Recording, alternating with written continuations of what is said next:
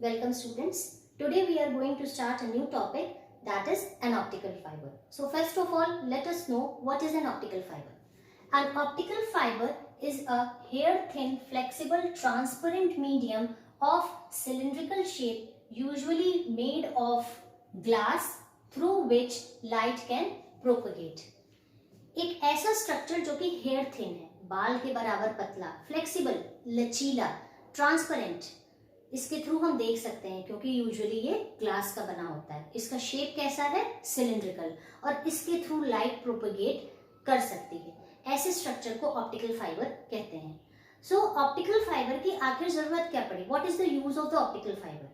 जैसा कि आपको पता है कि हम लोग इलेक्ट्रॉनिक कम्युनिकेशन में कॉपर वायर और कोएक्शियल केबल्स के थ्रू रेडियो वेव्स और माइक्रोवेव्स से इंफॉर्मेशन सेंड करते सकते थे एक प्लेस से दूसरी प्लेस पर इन वायर्स की जो इंफॉर्मेशन कैरिंग कैपेसिटी है वो हाईली रिस्ट्रिक्टेड होती थी because of the limited bandwidth and significant loss. इसमें अच्छा खासा लॉस हो जाता था, जिसको ओवरकम किसने किया? इस समस्या या इस प्रॉब्लम को ओवरकम हम कर सकते हैं with the use of optical fibre. Optical fibre में हम एक समय में कई सारे सिग्नल सेंड कर सकते हैं। इसमें जो हम सिग्नल या इंफॉर्मेशन सेंड करते हैं वो नॉर्मल वायर्स के कंपैरिजन में उनकी क्वालिटी बेटर होती है। साथ ही साथ इसमें लॉस जो होता है वो अप्रोक्सीमेटली नेग्लिजिबल होता है। तो ऑप्टिकल फाइबर्स के और भी बहुत एडवांटेजेस हैं जिनको हम आगे देखेंगे, पर आगे जाने से पहले हमें ये जानना होगा कि आखिर ऑप्टिकल फाइबर में लाइट कैसे प्रोपेगेट करती है। इसको जानने से पहले हम क्या करें, इस ऑप्टिकल फाइबर के स्ट्रक्चर को देख लेते हैं कि स्ट्रक्चर कैसा होता है। Then we will go on how the light is propagated in the optical fiber. So structure देखिए, structure of optical fiber.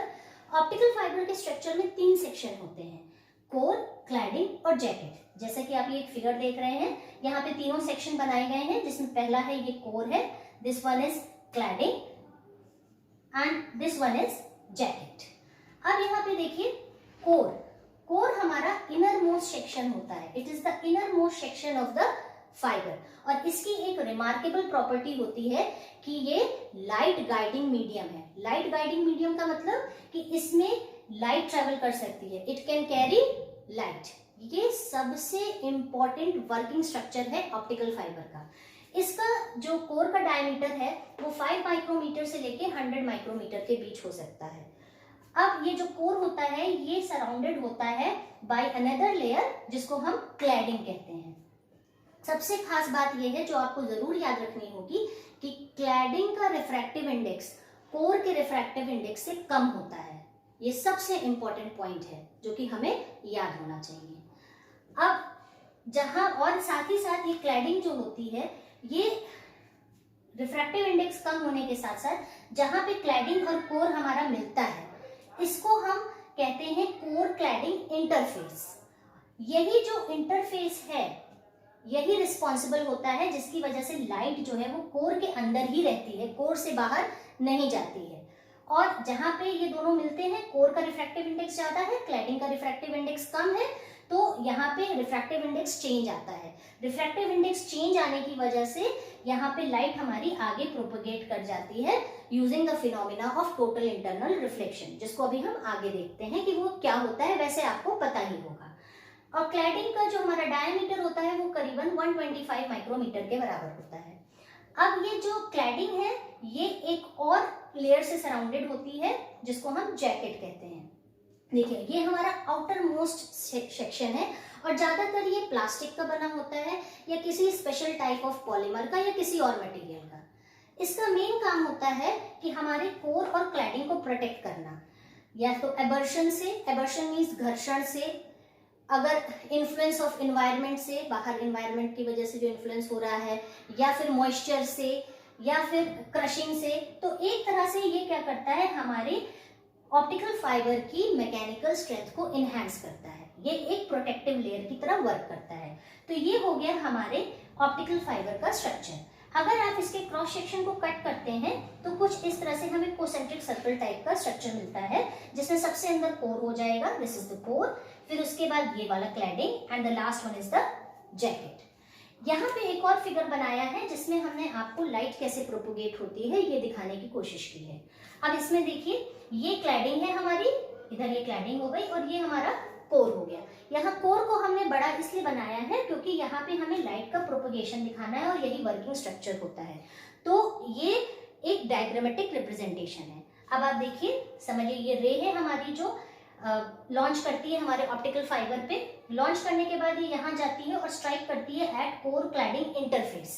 Core cladding interface पे स्ट्राइक करने के बाद इसका रिफ्लेक्शन होता है और रिफ्लेक्शन होकर ये फिर से इस सरफेस पे आती है जो कि हमारा कोर क्लैडिंग इंटरफेस है।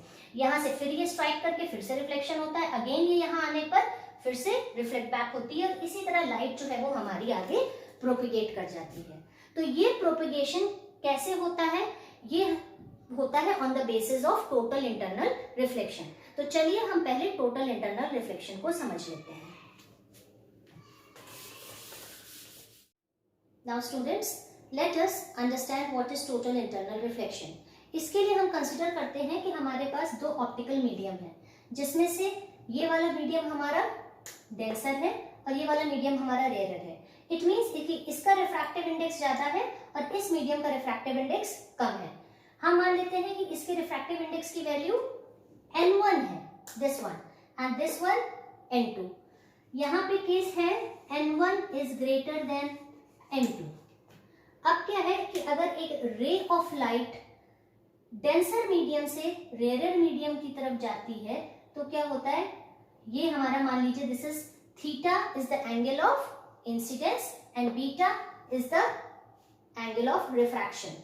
इस केस में ये स्नेल्स लॉ को फॉलो करेगा, ये प्रोपोगेशन जो होगा वो स्नेल्स लॉ को फॉलो करेगा, जो आप लोग ऑलरेडी पढ़ चुके हैं, जो कि होता है this is Snell's law, n1 sin theta is equal to n2 sin beta.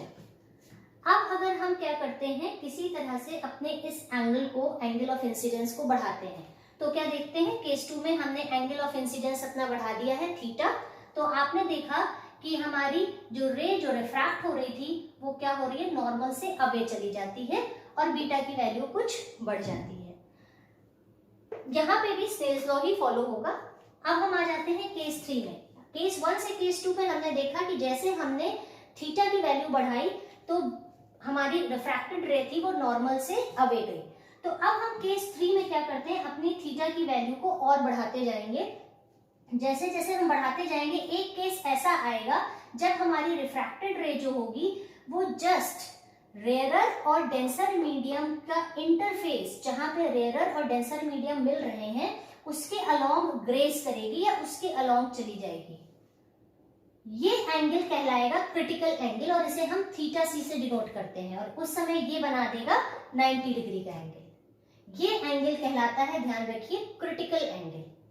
अब अगर हमने इस एंगल, क्रिटिकल एंगल के आगे भी थीटा की वैल्यू बढ़ाई, देखिए यहाँ पे भी हमने आगे वैल्यू बढ़ाई, तो जो ये रे थी, ये जो अलोंग ग्रेस कर रही थी interface of denser and rarer medium के, अब वो क्या होगी, रे उसी मीडियम में रिफ्लेक्ट बैक हो जाएगी।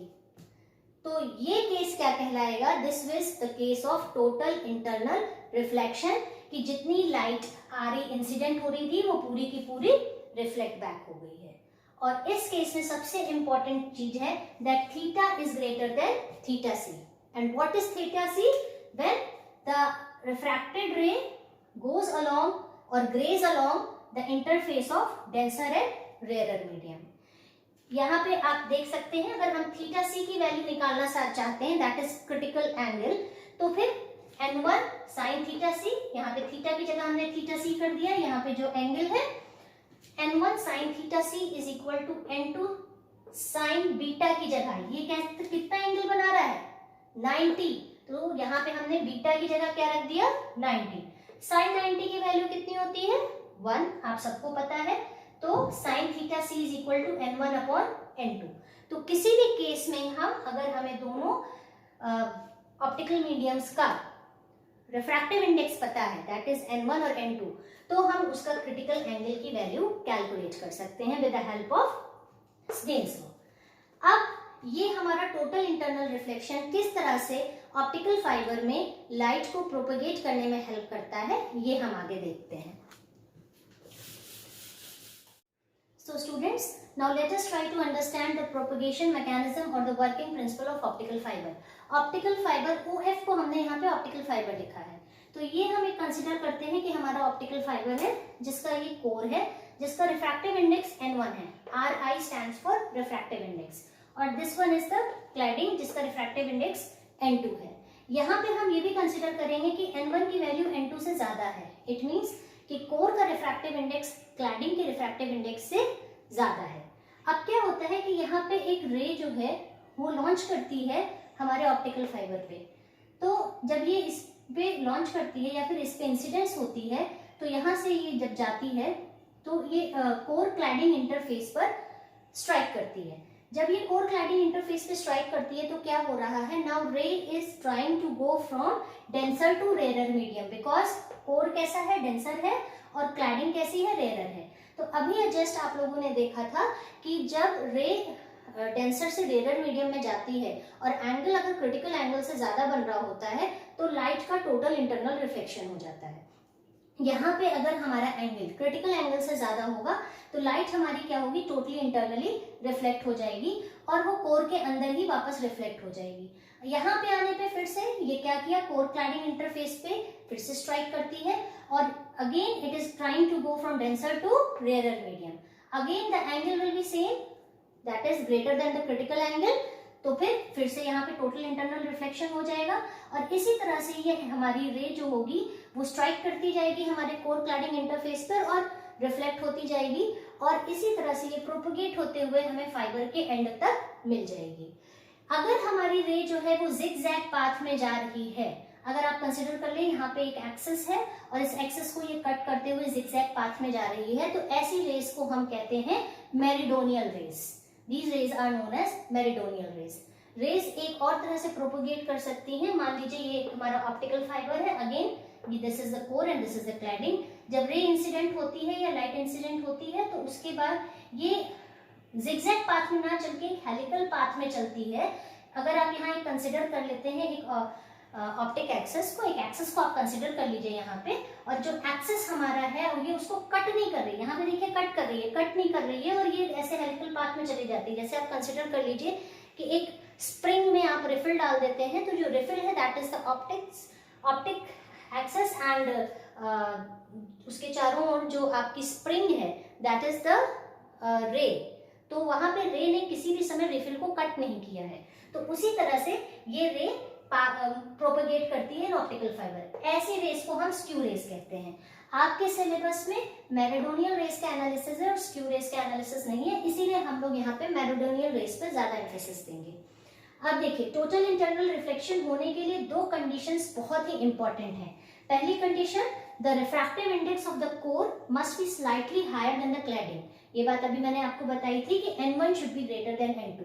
जब तक N1 N2 से ग्रेटर नहीं होगा तब तक जैसे टोटल इंटरनल रिफ्लेक्शन नहीं होगा. And the second condition is at the core cladding interface the angle of the incidence theta must be greater than the critical angle. What is core cladding interface? Core cladding interface जहां पे core और cladding मिलता है वहां पे angle जो है theta वो क्या होना चाहिए, क्रिटिकल एंगल से ज्यादा होना चाहिए, तभी हमारा यहाँ पे टोटल इंटरनल रिफ्लेक्शन होगा. इट मींस कि हम यहाँ क्या देख रहे हैं, टोटल इंटरनल रिफ्लेक्शन ही इसका बेस है जिसकी वजह से हमारी इंफॉर्मेशन या हमारी सिग्नल, हमारी लाइट जो है वो प्रोपगेट करेगी. ठीक है, तो अब यहाँ पे लाइट हमारी या फिर हमारी जो रे है वो क्रिटिकल एंगल से ज्यादा एंगल पे पड़े, ये किस फैक्टर्स पर डिपेंड करेगा, इसको देखने के लिए हमें आगे एनालिसिस करनी पड़ेगी एक्सेप्टेंस एंगल, एक्सेप्टेंस कोन्स और न्यूमेरिकल एपर्चर के लिए, जिसको हम नेक्स्ट लेक्चर में कंटिन्यू करेंगे. Thank you so much.